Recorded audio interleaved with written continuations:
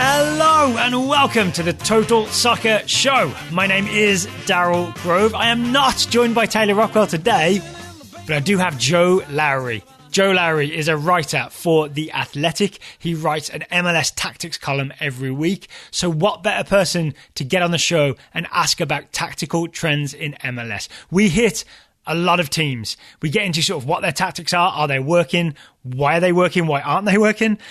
Some teams we don't talk about. So apologies in advance if we don't talk about your team. We also, because we couldn't help it, veer into the US men's national team a lot. And we might even have solved the should Tyler Adams play number 6 for the US question. Specifically, I think Joe might have solved it. So listen in for the answer. Okay, enough from me. Here's the interview. So Joe Lowery, welcome back to the Total Soccer Show. I want to say it's your third time. That's correct, Daryl. Thanks for having me. I'm glad to be here. Wonderful. We should have like a blazer like SNL does that we give to people. I guess that's 5 times though, right? Yeah, well, once I make it to 5, I'll expect one of those in the mail. How about that? Okay, yeah. And there's no other soccer podcasts that have blazers as a theme, so we're definitely good there, right? No copyright issues whatsoever. So you're here today because I really want to talk MLS tactical trends, and you are the man to do that because you've been writing a column for The Athletic where essentially, as I understand it, you look back at the MLS weekend and pick up on a few tactical points, which is a thing I think is great, right? Like Matt Doyle and Bobby Warshaw do it as well for MLSsoccer.com, but I think it's great to have someone doing it for an independent outlet as well, especially because you do it so well. Well, thank you. Yeah, it's been a fun, busy addition to my weekends, but I've really enjoyed it so far. So I want to dig into that a little bit before we get into the specifics. Do you watch all the games or do you watch like the majority of the games? That sounds like a busy weekend. I saw somebody ask that on Twitter, and I'm still trying to figure out what the best way to do it is right now. I've basically been watching all the games, if not like at full. Sometimes I'll watch them on fast forward a little bit or look for specific things, but it's kind of been a lot. So I'm reworking my strategy a little bit, and I'm getting better at using my time more efficiently each week. Maybe there's a team that I didn't get to last week that I feel like deserves some attention, or maybe I catch something specific a little bit more quickly, and then I only look for that in the game when I watch it a little quicker. But I'm refining my process. But right now, it's a lot of MLS. Oh, a credit to Cole Burgess, who asked that question on Twitter. I've got some quick-fire Twitter questions for you later, but I've got a feeling that maybe some of it's going to intersect with stuff that I ask you as well, right? So there might be some doubling up there. You mentioned watching games on fast forward. I think I've seen some other analyst types mention, I think it was Ty at Final Third, mentioned that watching on fast forward is actually good because then you don't get distracted and you can spot things more easily. Does that track with you as well? I like watching a little bit faster sometimes when I'm looking for specific things. Like if I'm looking for maybe a team's defensive shape, or if I'm focused on a specific player and I want to see his movement off the ball or even with the ball and sort of what his tendencies are. I think there can be real value to that, and just from an analytical perspective. And then also, in terms of time management, it's kind of what gets me through Saturday and Sunday. So. Yeah, because you can't take a 5-day weekend to watch all the games. That would be nice, though, wouldn't it? It sure would.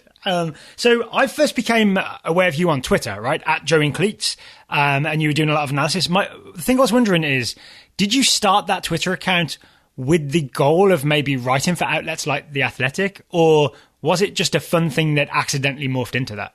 It kind of was just a fun thing that morphed into sort of what I'm doing now. I didn't have a super specific plan in mind. I just kind of started the Twitter account because I wanted to get a chance to try my hand at some analysis stuff. And then George Qureshi reached out last summer during the World Cup and was like, hey, you should start writing. And so that's kind of what happened. So it's a pleasant turn of events that I am very grateful for. And was it his idea to do like the tactical roundup of the weekend, or was that something you pitched at him? That was something I pitched actually to Alex, the guy who edits most of my stuff at The Athletic.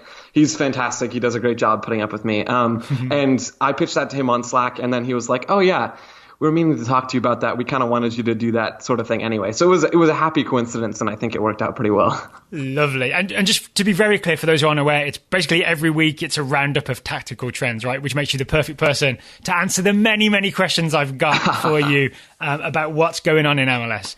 I think the one I want to start with is the biggest sort of surprise / disappointment of the year. It's the MLS Cup holders under Frank de Boer. It's Atlanta United. What is going on under Frank de Boer? Because I've got a rough understanding that he's playing some sort of possession game that isn't working. So can you confirm that that's the case? And then can we dig into sort of why it isn't working?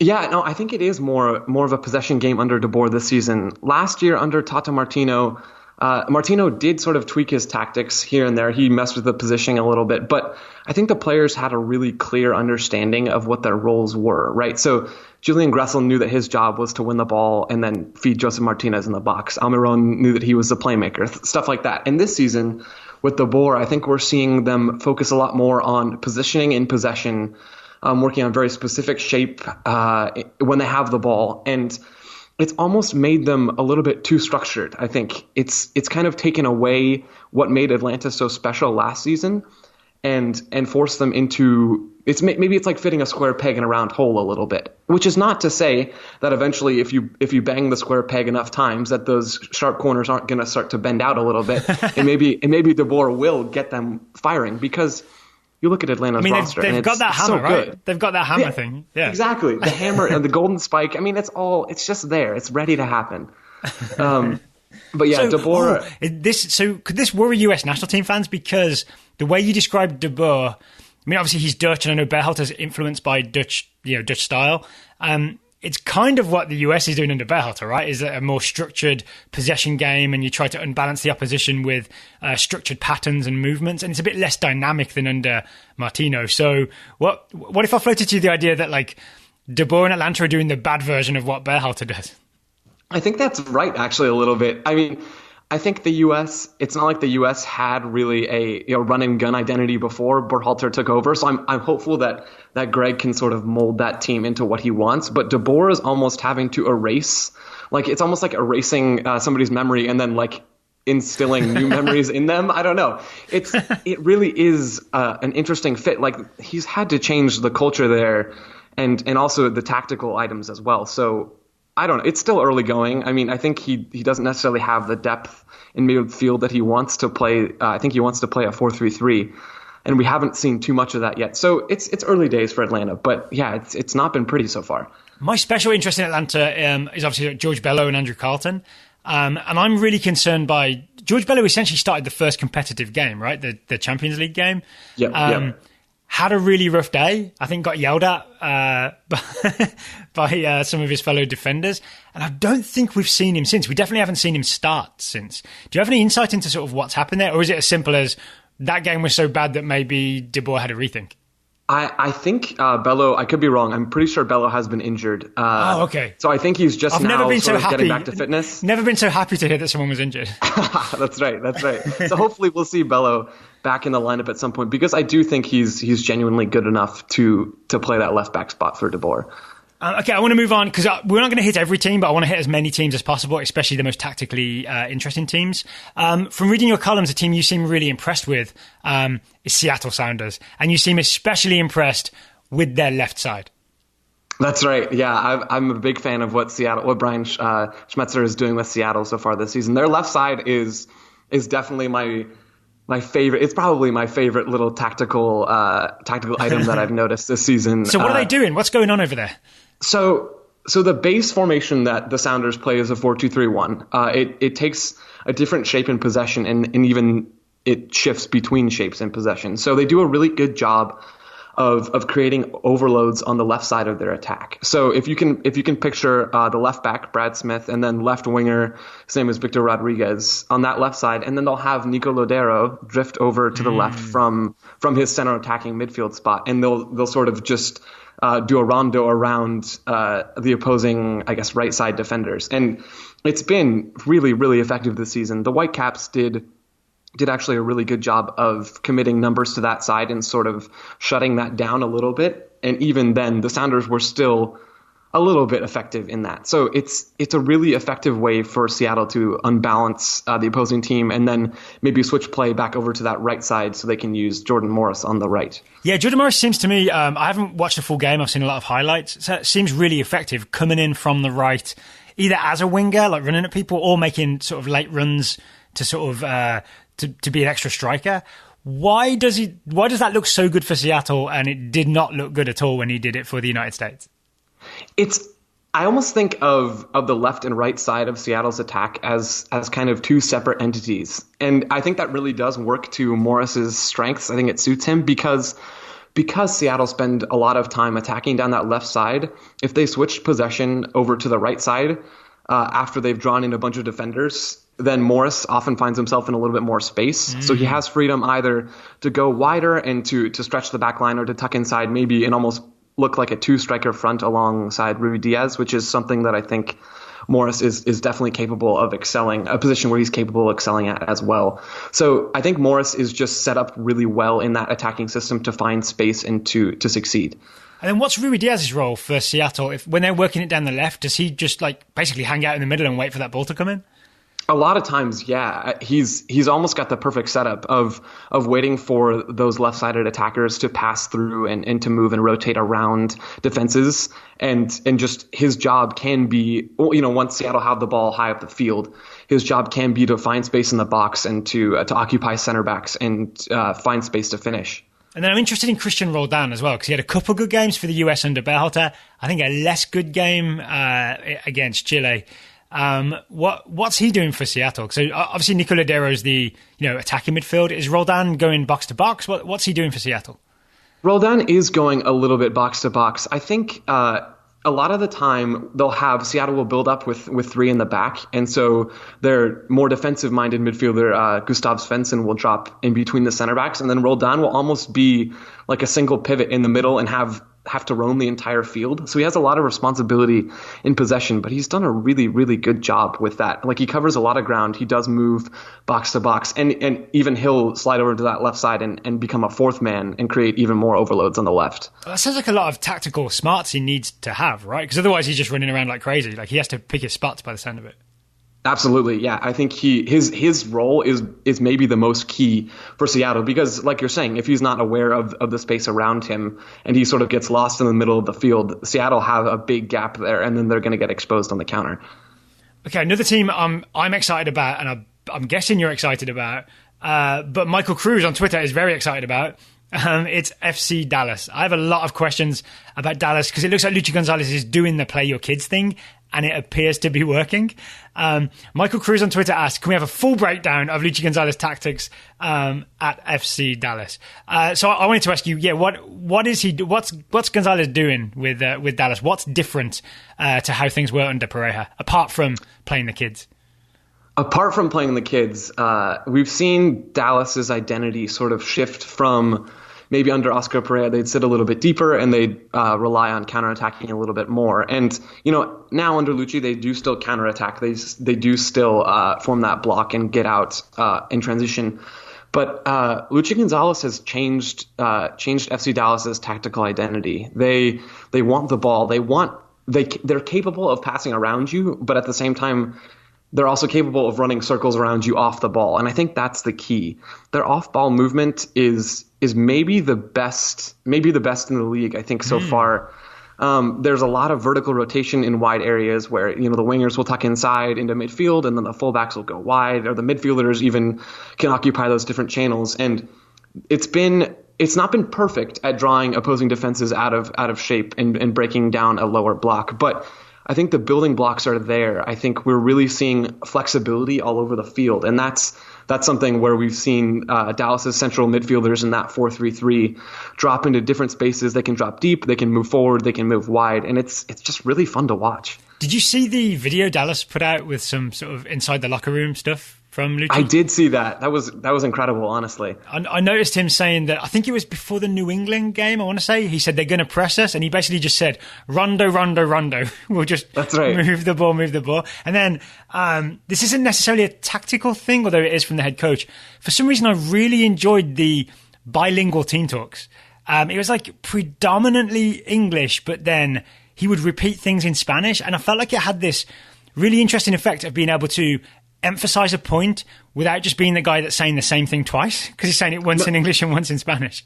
Exactly. I think that communication tool is so, we can't really quantify how important that is, probably. I remember when was it last year in the MLS Cup or something like that when Sebastian Salazar interviewed Joseph Martinez, and he sort of did that translating job. It's not the same as that, but the skill set is there, and I think it's really impressive from Luchi Gonzalez to be able to communicate really well with his different players. And I also just enjoyed Dallas letting us have a look at what the plan is. You know what I mean? Just to be able to put that out there, I think is more transparency than we've seen from MLS teams in the past. I think it's an encouraging trend just in terms of how much access we're getting as viewers. I totally agree. Yeah, I think it's nice to get a little bit of insight into what these teams are doing inside the locker room. So we talked about the play your kids thing.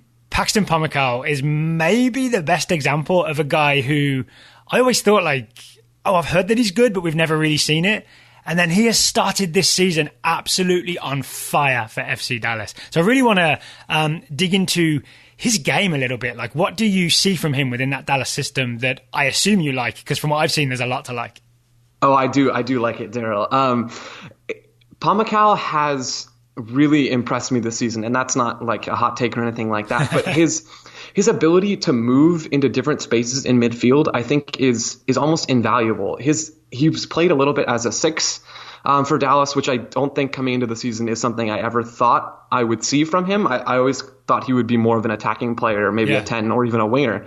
And so the fact that he's probably perfectly capable of playing wide on that left side or as a 10 or as an 8 or as a 6, that versatility is really impressive. And it's not just that he's capable of playing those spots, is that he's actually like genuinely not dominating games. That might be a little bit too far, but he's making a really, really big impact on these games. He's great with the ball at his feet.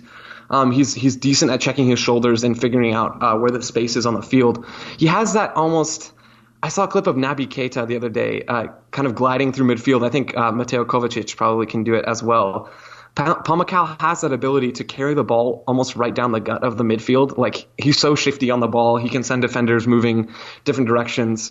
So he's an asset in the attack, and he moves and pressures really well when FC Dallas don't have the ball. So I have been really impressed by Pomykal, and I can't wait to see what he does at the U20 World Cup later this year. Yeah, same. It seems like it's perfect timing. I'm hoping Dallas release him.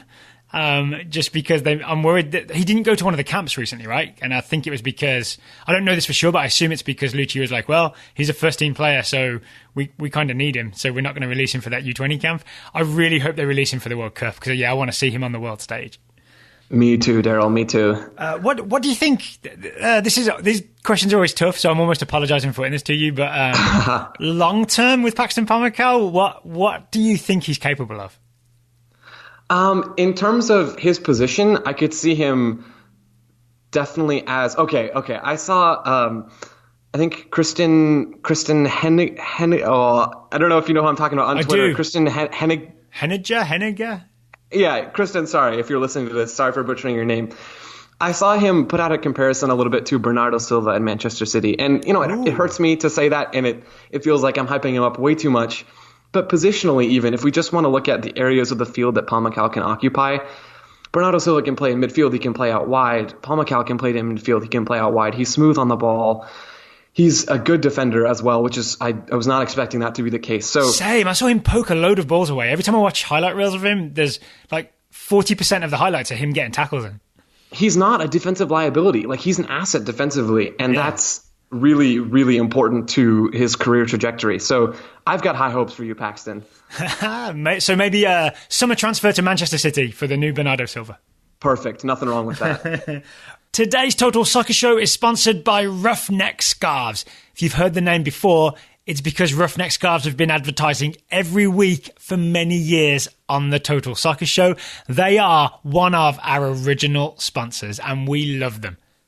If you're a fan of an MLS team, you should also love Roughneck Scarves. They have an entire section of scarves for Major League Soccer teams. And not just one scarf per team, multiple scarves per team.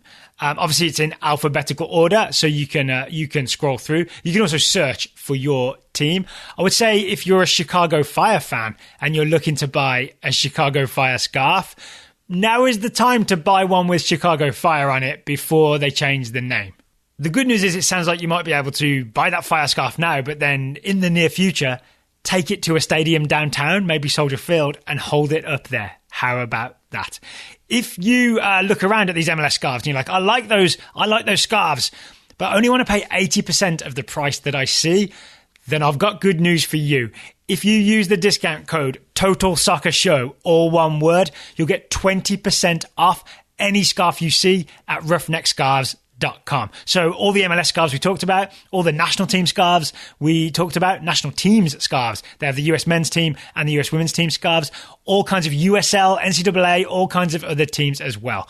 Roughneckscarves.com. Use the code Total Soccer Show for 20% off. All right, we've gone a couple of positives in a row. I'm going to bring us back down by talking San Jose. Oh boy, let's do it. I was super excited at the start of the season because Mateus Almeida took over and he talked about this sort of extreme man-marking system. And I went back and I watched some Guadalajara games. I think it was their Copa MX final that they won under Almeida. And I saw the man-marking in action and I saw how effective it was at really closing teams down. But then I've watched a bit of San Jose and it looks like the man-marking system is just leaving massive gaps everywhere on the field. I guess can I just get your take on a description of the defensive man-marking system that Almeida's implemented at San Jose? Absolutely. Yeah, I think that'll be helpful. So Mateus Almeida's system is all about man marking, like you said. He has his players almost match up, kind of like in basketball. If you play man-to-man defense, he has them match up with an opposing player. If you can imagine maybe a 4-3-3 going up against another 4-3-3 on the field, his fullbacks will match up with the opposing wingers, and they'll just track them all over the field. And that idea translates to almost every player. Not every player on San Jose is doing that. They leave a center back free to sort of cover ground in the back, which just hasn't been working. And then sometimes some of the attackers won't do as much tracking. But it's a lot of individual matchups and a focus on winning the ball in dangerous areas to start counterattacks. And so on paper, that sounds great, right? I was kind of with you about being excited for what Almeida could do in San Jose this season. And I think, unfortunately, it's become clear that San Jose just hasn't adjusted well, and they don't have the personnel right now with the way this roster is built to successfully accomplish what Almeida is looking for. They don't have the ability to win the ball in midfield, and so it ends up with San Jose losing the ball and losing those individual battles that come from playing man defense, and then they also don't have the speed to recover and to track back and to close the massive gaps that form when you do lose those individual battles. So it's been a real struggle for San Jose so far this year. And it seems, I read in your column, and Taylor had floated this, when I was all excited when we did our Western Conference preview, Taylor just said, well, won't other teams just pull them out of position just by like making runs that drag those defenders out and then someone else exploits the gap? And reading your column, like that's basically what teams have been doing to them, right? Yeah, that's exactly right. I think we've seen a consistent theme of teams pulling out that man-marking center back and isolating the free center back in the back and running right in that space that they've created by dragging that center back out of position. New York, the Red Bulls did it. Minnesota did it, and LAFC did it really, really well last week. Oh, so can this ever work? I know Almeida's talked about long-term, and it seems that San Jose have committed to him long-term. I guess, can this ever work, and how long will it take? It can work. I think even something as simple as, it's not simple if you're in the front office, but a little bit of a roster revamp could be a valuable tool to helping the system get back on track. We've seen it work other places, like you were saying. So theoretically, it's possible. It's just, it really does feel like the solution is not soon. So I've been wondering if San Jose are going to maybe abandon that a little bit as the season goes on. They've been giving up so many goals. Mm-hmm. If they'll just maybe sit a little bit more in a 4-4-2 defensive block, like sit deep and try to win the ball on the counter and maybe be a little bit like FC Cincinnati is being this season. But, that does go away from Almeida's principles. So, yeah, San Jose, I don't know what you guys are going to do. It's a really tough situation. It is the weird upside of MLS is, no relegation, etc. You can weirdly sacrifice a season to just trying to implement a system, but I'm not sure how happy fans are to watch that happen for a whole season. Yeah, it's rough to watch. It is interesting in almost a sick way for me to watch tactically it crumble a little bit. I do find that a little bit interesting to see how teams are exposing them, but it's really tough to watch from a San Jose fan perspective right now. All right, so from the bottom of the West to the top of the West, LAFC under Bob Bradley. I am a big admirer of Bob Bradley. I had a controversial at the time take in 2011 that I thought he was doing a great job as men's national team head coach, and I wish we'd stuck with him. I think he's an even better coach now, but I have trouble describing exactly what it is that he likes to do because I feel like he's evolved over the last few years. So watching LAFC, what would you say is the Bob Bradley / LAFC style of play? I think Bob Bradley would tell you this.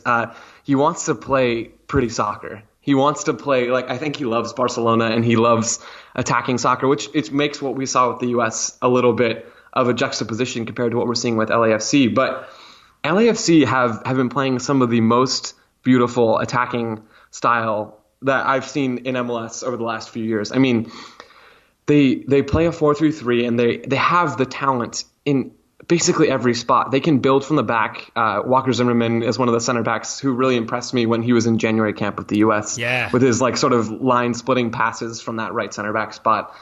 He does a great job in the back. I just want to pause on Zimmerman a second because we haven't really talked in detail about this. What do you read into the fact that he did so well, and I agree with you, in January, like on the field as well, right? He was wonderful, and yet wasn't retained for the March camp? Yeah, I was a little bit surprised by that, honestly. I think the idea that John Brooks, Matt Miazga, and Aaron Long might all be ahead of him in the depth chart is something that I expected. But I think when we saw Omar Gonzalez tossed in there, that was probably Zimmerman's spot that went out the window a little bit in that camp. So I don't know if we'll see Omar Gonzalez back. It kind of feels like we won't, or at least maybe we shouldn't. So if we do see Miazga and Brooks and Long still in those top three spots, I'd hope selfishly that we see Zimmerman back as that fourth center back because I really do think his game brings a lot to the table. I guess all will be revealed in late May, early June, right? When we get maybe the preliminary Gold Cup roster. That's right. Yeah, that sounds about right. Sorry, I sidetracked us because I was suddenly very interested in Walker Zimmerman, but you were describing him being part of LAFC, building out of the back, and that's part of the Bob Bradley style. That's right. Yeah, I think Bradley has assembled a unit that can build from the back. Zimmerman and then Eduard Atuesta as the defensive midfielder has developed his passing game really nicely this season. So they can build in possession and rotate off the ball a little bit like we're seeing FC Dallas do and something that Sporting Kansas City do a lot with those vertical movements. But they can also hit you in transition. I mean, the wingers, Carlos Vela and Diego Rossi, I mean, that's probably the best wide attacking pair in the league. They can just absolutely run by you. They can run over you. They can, make you fall over. They can basically do whatever they want. So it kind of does feel like Bob Bradley has created this perfect attacking team between the roster personnel that he has and just the free-flowing attacking soccer that they play. It's way too early to say that, they should be, odds-on favorites to win MLS Cup or anything like that. But as a neutral and as someone who enjoys watching beautiful attacking soccer, I think I should say thank you to Bob Bradley. What about the other LA team, the LA Galaxy? What do you make of what Schelotto's doing so far? So I wasn't too sure how I felt about the Galaxy at the beginning of the season and even a week or two in. But I think as the team has settled in a little bit under Schelotto and we've seen Joe Corona added into that midfield trio of Joe Corona, Jonah Dos Santos, and Sebastian Lletget is absolutely filthy. They can do some wicked things with the ball, and I think that midfield alone is well-rounded enough and versatile enough and skilled enough that if they're able to provide consistent service to Zlatan up front and then maybe Alessandrini on the right, I think the Galaxy could actually be really, really dangerous this season. One guy that caught my eye every time I've watched them is a guy that I incorrectly just thought was a bad MLS player. It's the right back, Felcher. Once I saw him getting forward and getting involved in attacks, suddenly he started to look really good from the little bits I've seen.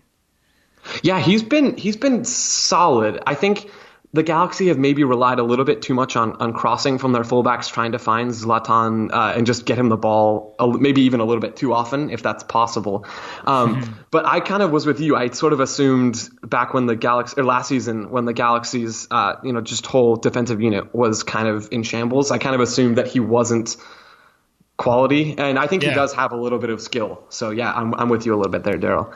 All right, let's go to New York Red Bulls, or New York Red Bull. I never know which way to say it. So from what I understand, Chris Armas has tried to still do the high press, obviously, but maybe also implement a little bit of a possession, like a slower possession style when they have the ball. Is that a correct read on what Armas is doing? Yeah, Armas has. I think you're spot on. Armas is at the very beginning stage of trying to morph his pressing style with a little bit of possession as well, trying to add a little bit of possession soccer into the mix. And I think last season we saw it work a little bit. I think I wrote a little bit last season about how Armas had taken what Jesse Marsch built in that Red Bull philosophy and added a positive mixture of possession to that, and how it was actually effective. And this season, we've seen opposing teams dare the Red Bulls to possess. We saw Orlando do it, and then Chicago. They just sit deep. Opposing teams would sit back and defend, and then try to attack on the counter, and not let the Red Bulls repress and counterpress after they lost the ball. They would force Armas's team to possess and to break them down.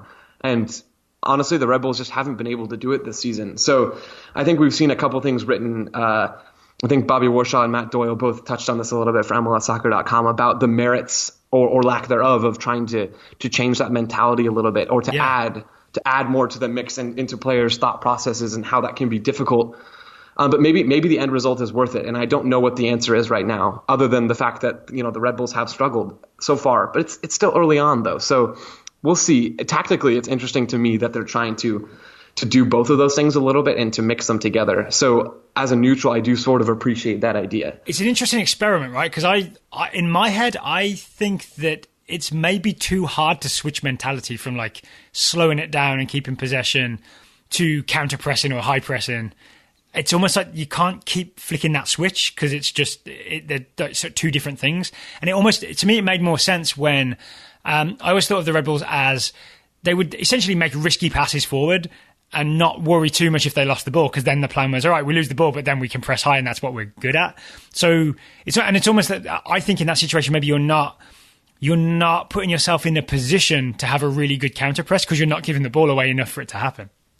Yeah, I think that's exactly right. I think that mentality shift, that mental shift that you have to make in those split-second decisions is really, really challenging. And the nice thing, though, the thing that does make me a little bit optimistic about the Red Bulls' chances this season, even though they have not had the best starts of the season, is we've seen them press teams to death before. And I think that even without Tyler Adams this season, I think they probably still are deep down capable of doing that.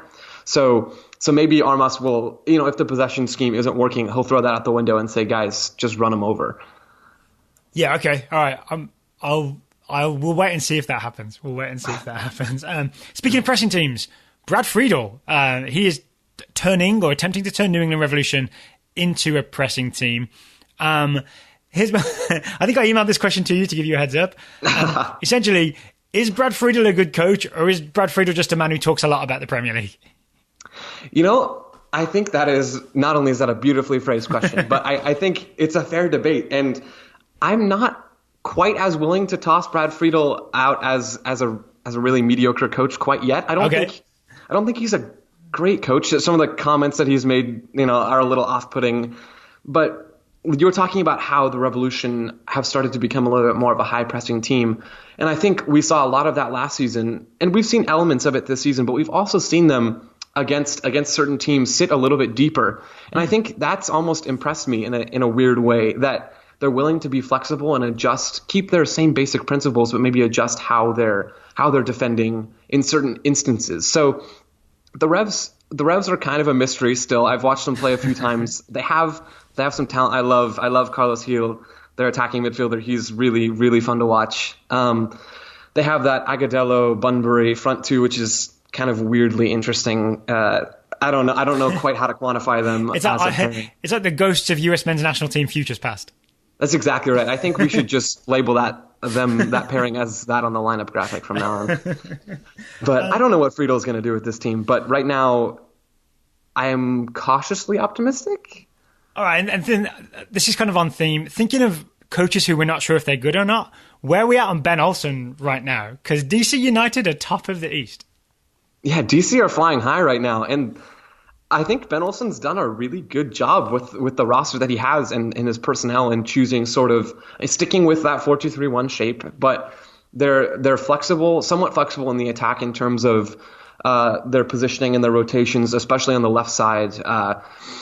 And defensively, I thought originally when Wayne Rooney came into the league that he would be sort of a hindrance to any team in terms of their defensive shape. And I don't think he's necessarily always itching to track back, although that slide tackle against Orlando City last season maybe pokes a hole in that. But he can be a little bit of a difficult player to accommodate defensively. But DC have done a really good job of choosing moments to press, choosing moments to counter press, and then also staying in their defensive block with Russell Canal sort of anchoring that defensive midfield pairing. So I think props to Ben Olsen right now, honestly. Are you a Canals fan as well? I am. For DC, I'm a Canals fan. For the U.S. national team, I don't think he fits what Berhalter wants to do. We can argue about whether Tyler Adams fits that or not even. So I don't think Russell Canals is quite there. Actually, would you like to get into that Tyler Adams thing? Because let's do it. That's fun. One of the things for me is one of the pleasures for me is that I'm taking Mondays off from the Total Soccer Show, and Taylor's hosting the show with Ryan. And I listened to the show, and I heard them talk about the Tyler Adams assist for Leipzig. You know, he split. I'm sure you've seen it, right? The pass that split 6 or 7 defenders on the way through. And they were getting into the idea that maybe that proves that he can play the number 6 for Greg Berhalter. And I had that moment that I'm sure a lot of Total Soccer Show listeners have had, where you find yourself screaming into your headphones because you want the people to hear you. And I was thinking, no, that's not what Greg Berhalter asks his number 6 to do, right? It's a little more patient and move the ball around and just control the tempo. And I'm essentially just making this argument to you because I couldn't make it to Ryan and Taylor at the time. Tyler Adams does not control the tempo, right? Unless you just want someone to set the tempo at 100 all the time. Yeah, I really do see both sides of it. I saw that pass. I saw that pass that he hit for Leipzig, and I want to be careful of overreacting to any one specific event, right? It's not like Tyler Adams just woke up that day and suddenly had that ability to play that pass randomly. Yeah. I mean, that's an area of his game that is still developing, and I think we've seen glimpses of it in certain situations. Tyler Adams does a good job of setting the tempo to 100, like you're saying. Yeah. I'm starting to think and be won over to the idea that he is capable of adjusting that tempo a little bit. I see him play for Leipzig, and I see how he can sort of control a midfield. Now, like you're saying, Leipzig plays at a very high tempo, and that's something that Adams is really good at. But I think we're seeing his game develop a little bit to maybe a place, just maybe, that he could fit in the middle of that midfield. And I do want to qualify that with just one other thing. We saw Michael Bradley. No, who was it? Was it Bradley or Trapp who played as that defensive midfielder in the first March friendly? Trapp started the first one. Okay, Trapp. We saw Trapp. Thank you. We saw Trapp play against Ecuador, where the U.S. kind of controlled the tempo of that game and had a lot of the ball and were in the attacking half a decent amount. And then we saw Michael Bradley against Chile, and we saw him. I mean, you guys already went through an analysis of that game, and I worked on it a little bit too. So Chile did a good job tactically of outnumbering him in midfield and things like that. But we saw Bradley struggle a little bit defensively to control and to cut down passing angles and things like that. And I think Adams could be the perfect guy to play that number 6 against teams, in types of games where the U.S. won't have the ball, won't have as much of the ball. So I'm kind of advocating a little bit for a platoon sort of situation where we see a really tempo dictating number 6 like Bradley or Trapp in a game where the U.S. will have the ball, and then maybe we see Adams in a different type of game. I think that's the answer. I really think that's the answer. That's going to be my answer from now on, and I'm going to credit you every time I give it. Oh, well, thank you. Speaking of Bradley, he's got a new teammate in Toronto, Pozuelo, who had quite the debut.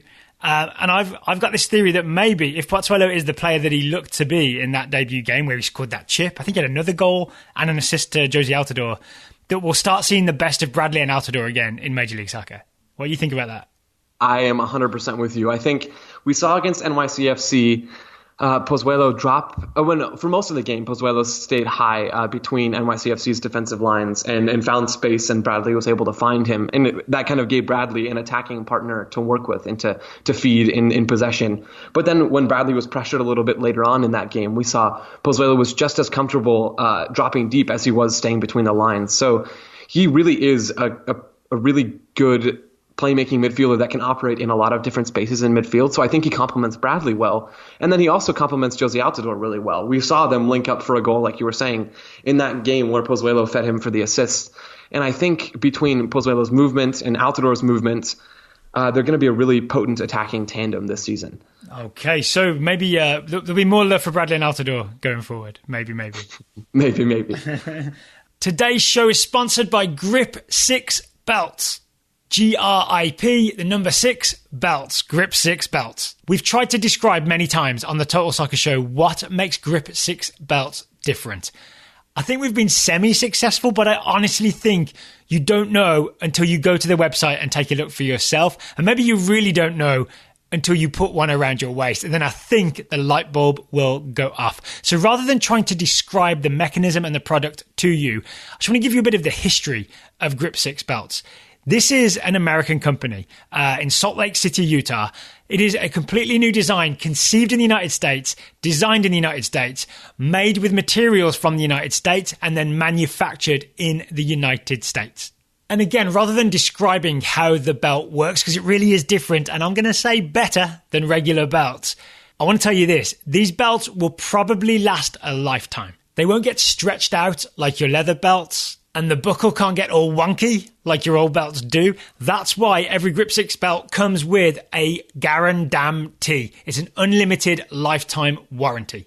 They call it the A3 guarantee because anytime, any reason, any condition, they will repair or replace a belt if it breaks in any way. And it says on their website, they would sincerely love to know how you managed to accomplish such a feat because they really don't think it's possible. So once again, Grip 6 is the company and you can get a discount designed specifically for Total Soccer Show listeners. This is an independent company that's partnered with an independent podcast. So if you go to grip6.com/TSS, GRIP, the number 6.com/TSS, you will get to a page that is specifically designed for TSS listeners with discounts that are just for TSS listeners. I'll also put the link in the show notes. Thank you to Grip 6 for sponsoring today's show.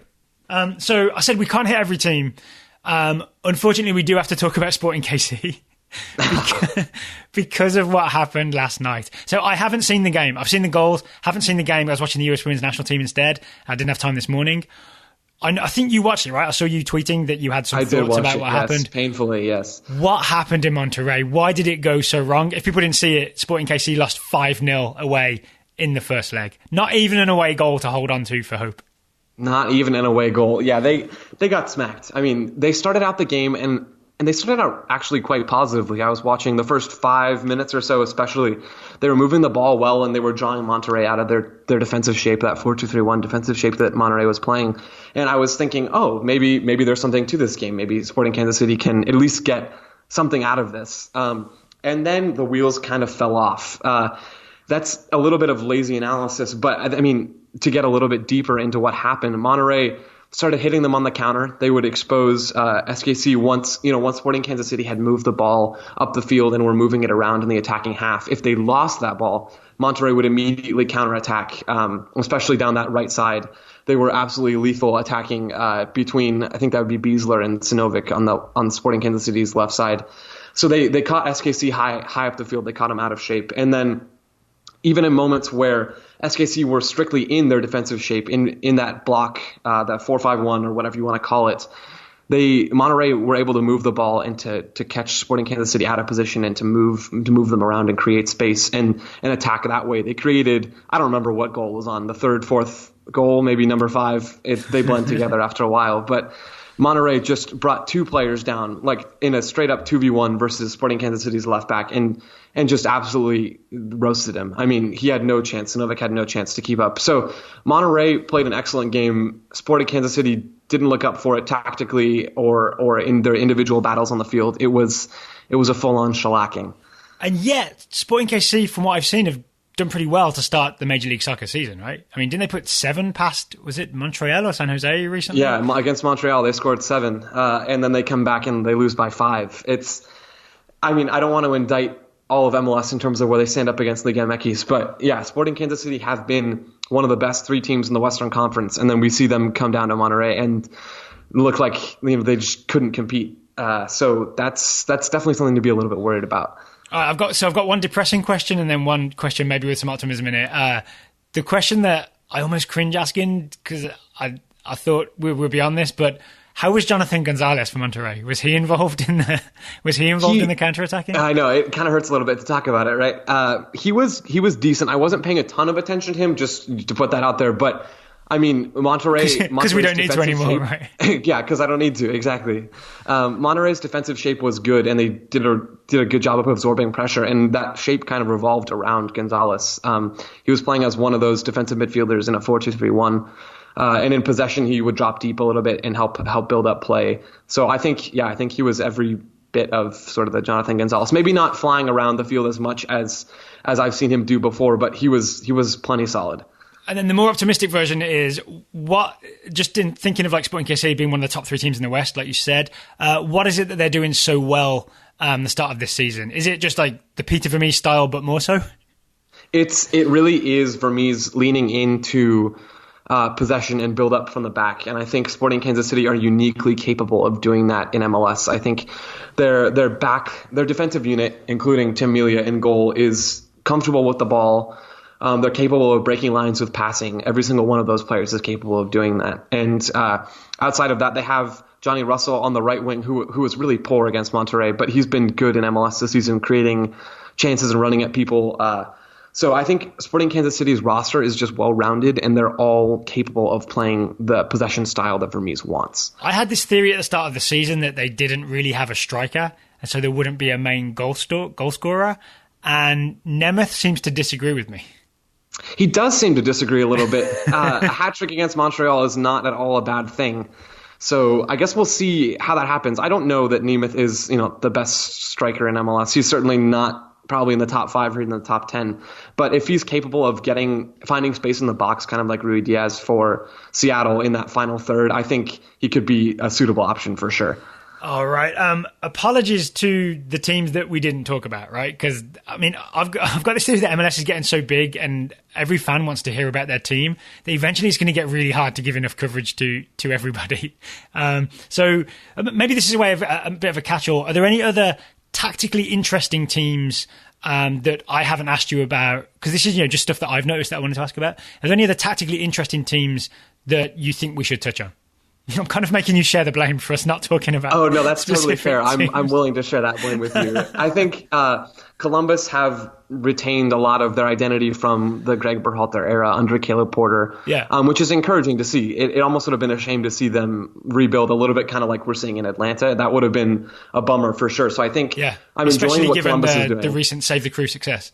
Exactly. It feels like it's a good continuation of that success dating back to the end of last season. So props to Columbus for that. I think Philadelphia, I was really interested to see how that change that we were hearing about with Ernst Tanner coming in from Germany, how that changed to a little bit less possession and a little bit more pressing would go. And I think we're starting to see some of the benefits of that. Defensively, they've been very good in the last few games. They've been excellent in terms of cutting out passing angles from the front with their attackers, pressing a little bit, and then getting out on the counter and finding spaces in the attack. So Philadelphia have impressed me. And then in the West, I haven't seen as much of the bottom of the Western Conference. So Minnesota United, definitely not at the bottom. I think they're 7th in the table right now. Darwin Quintero is just an absolute joy to watch. And I think Minnesota have sort of started to tailor their game around him a little bit more. So I'd like to keep an eye on that midfield, especially in Minnesota, with Alonso as the deepest midfielder and then Gregus. I don't know if that's how you pronounce his name, but new signing who's playing the 8, and then Quintero as the attacking midfielder. All right. Okay, I've also got some questions from Twitter for you. Are you ready? These are going to be kind of quick fire. I'm going to go through as many as we can manage. Are you okay for time, by the way? I don't want to keep you if you've got to be anywhere. I'm totally fine for time. Thank you. Okay, so I just tweeted this out. So have you got any questions for Joe and Cleats about MLS tactical trends? I think it ends up in reverse chronological order when you scroll through Twitter. Ira Jersey. Does having a technical director make teams better or more cohesive tactically than ones that don't? It's not a universal solution, right? Having one guy over your tactical development or over your organization doesn't automatically guarantee that there's going to be increased success. But I think the idea is sound. I like the idea of teams having that director that's over a style of play or over, roster construction or something like that, something to do with on-field production, I think that is beneficial. So I guess Ernst Tanner is the good example of this year, right? Exactly right. So I think it's a positive step for sure. Ben Harold, do you think that Liga MX teams are tactically ahead of MLS teams as well? Or is it just the talent/money gap that's the main issue?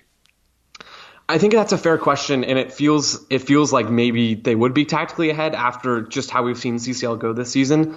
But I'm not willing to make that jump necessarily, not only because I haven't seen a lot of Liga MX ever, but also because I think it really is about the money and the talent gap right now and how rosters are constructed. So that is a fair question, Ben, but I think it probably has more to do with the second part of what you were saying. And I'll say, if you think of like tactical ability as being essentially a result of the coach that you have, which maybe that's not an exact thing, but that's probably a good measure of it. I'd make the argument that MLS is hiring better and better quality coaches. Totally agreed. Including Almeida, even though it's gone so horribly this year. Yeah, exactly. James Gottemeyer, can Caleb Porter be better than Berhalter for Columbus and Berhalter be the right choice for the national team at the same time? I think that's totally possible. I think Caleb Porter so far, I'm not going to say that he's a better fit for Columbus than Berhalter was or is going to have better results, but it seems like he's at least a good fit in Columbus, and it feels like Berhalter so far has been the right guy for the national team. We've seen former players come out and current players talk about how he knows what he's doing, and he really does seem to be a fit there. So I think this could be a case of both of those options working out well for respective parties. Okay, this one's from Kramer. I assume the real Kramer. When MLS teams sign or look to sign big-time players such as Zlatan or Rooney, do they focus on getting players who already fit their tactics/systems, or do they focus on signing that big-time player and then adapting the tactics/systems? I can have a guess at this, but I'd like to hear your answer. Yeah, I think it should be. Oh, that's actually really tough because I can see the merits in both sides of that a little bit. I'd lean a little bit more towards signing the big player, and we're seeing maybe the teams adapt to fit that style, the style of that main player. Just thinking about the Galaxy for a minute and how the players seem to defer to Zlatan a little bit. And maybe that has less to do with the types of players you're bringing in and more just his personality. But I think there probably is a little bit of both that goes on. What do you think, Daryl? I think with guys like Zlatan, there's no way that the LA Galaxy looked at their tactical setup and thought, would this guy be a good fit or not, right? The Zlatan signing was just such a marketing for the league and for the club no-brainer that you just do it no matter what, right? Rooney, I could see the argument that essentially DC didn't have a great striker, and you sign Wayne Rooney, and he's a massive upgrade on, who was it at the time, Darren Mattocks, and I can't remember who the other striker was. But was it Patrick Mullins? Or Patrick Mullins, that's exactly my it. timeline's a little fuzzy. No, that's exactly it. And then they let him go soon afterwards, right? And in hindsight, I was one of those idiots, and this is probably all of American soccer media almost saying, oh, why are they signing him? That's not a great signing. And I can't remember who it was that just made the point that look at the strikers they've got, look at Wayne Rooney, this is a good signing. Yeah, I think I was on the same boat with you, and looking back, it seems a little silly. All right, so Cole Burgess, we kind of answered his question earlier about how do you manage to watch so many games each week? But he had a question right at the end. Do you have a favourite MLS team to watch from a tactical point of view? And why is it San Jose? And why is it San Jose? Because I like to watch the world burn. No, I do. I really enjoy watching LAFC, Seattle. I enjoyed watching Toronto play the other night, and FC Dallas as well. So I like teams that move the ball well and that build from the back. So I guess maybe SKC would fall into that too. Yeah. So yeah, you can loop all the. Basically, I like to watch good teams play good soccer. And to establish your neutrality, correct me if I'm wrong, I think you're based in Arizona and you're either a fan of or interested in Phoenix Rising. That's correct. Yeah. I've started to get out and cover those games a little bit more here in Phoenix. So I don't have an MLS team at the moment. Aren't you doing a Phoenix Tactics thing as well? Some analysis That's right. of Phoenix? If you want to follow me on Twitter, there at Rising Tactics. If you care about obscure USL tactical stuff, I'll be there. I've got to say, that's a great name, Rising Tactics. Thank you. Saul Rodriguez, is there a place to watch tactical analysis of a game? I'm a visual learner. I guess podcast's no good, right? You got to be an podcast really. You're out of luck there a little bit. But I think I try to provide, I'm going to plug myself here, I try to provide some visual elements in my written work for The Athletic, and I think MLSsoccer.com does a good job of producing both some visual breakdowns and some written stuff as well. So I'm not aware of any like super consistent like really large scale tactical breakdowns of MLS games, but maybe you should start there. Maybe Twitter as well, right? Like, your Twitter feed and a lot of other people's Twitter feeds. That's a good point. Yeah, there's some good MLS Twitter accounts to follow out there for sure for analysis. All right, John Adams, not that one. For someone who hasn't watched any games yet this season and lives in a non-MLS market, which teams are most tactically interesting that I should make time to watch? Is it just the ones you've already listed that you like seeing? My acronym is start with Seattle. I don't know, SWS, and then work your way down from there. If you want to watch, just look at the top of the table right now. I think it's a fairly decent example of which teams maybe are worth watching. That's probably good that's a good sign for MLS, maybe, that the teams near the top are the most tactically interesting. Absolutely, yeah. I think it's encouraging and sort of shows the merit for hiring and really believing in coaches that focus on tactics at least a little bit. Matt wants to know, we seem to be in a period where high pressing is in fashion. What's the next tactical trend? I think if we're excluding pressing for a minute, we're going to see more building out from the back. We're seeing FC Dallas really lean into it this season, and I think we're going to start to see more and more teams maybe not fully rely on building out as a tactical strategy, but at least infuse elements of it like teams are doing with pressing. And we'll start to see these more tactically diverse teams that sort of rely on little bits of different strategies and mold those into one game plan.